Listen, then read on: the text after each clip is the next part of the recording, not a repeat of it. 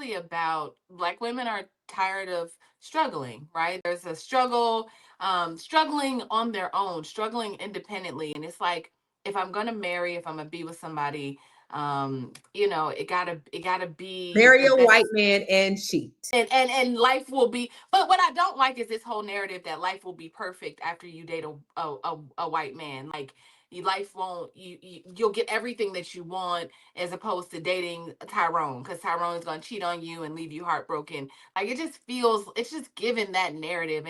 And hopefully we're not, as a community, like holding on to that as Black women. So it's just not my narrative, and hopefully we're not embracing that a Black man can't make you happy.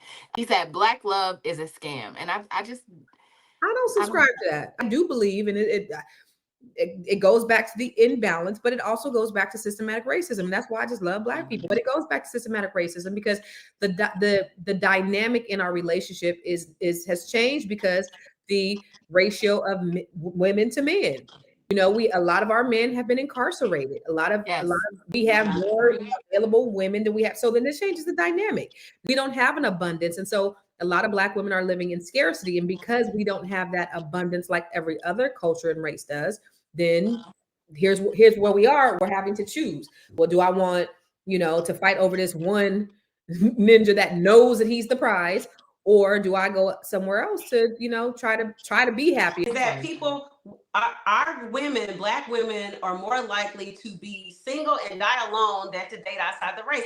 There's something wrong with that. And I do, on the other hand, believe that this agenda is being pushed to drive more Black women towards white men, because you're seeing it in all the media, all the movies, the commercials is being saturated. I think there's an agenda there. But on the other hand, I don't think it's healthy for a Black woman to be alone and single and die alone, then dip outside the race, when Black men dip outside the race all the time. But I'm thinking about that. Like, how is it that more Black men are born, but by the time we get to 18, we literally outnumber Black men? And what can we do? So what can we do to Real. preserve our Black men so we can marry them?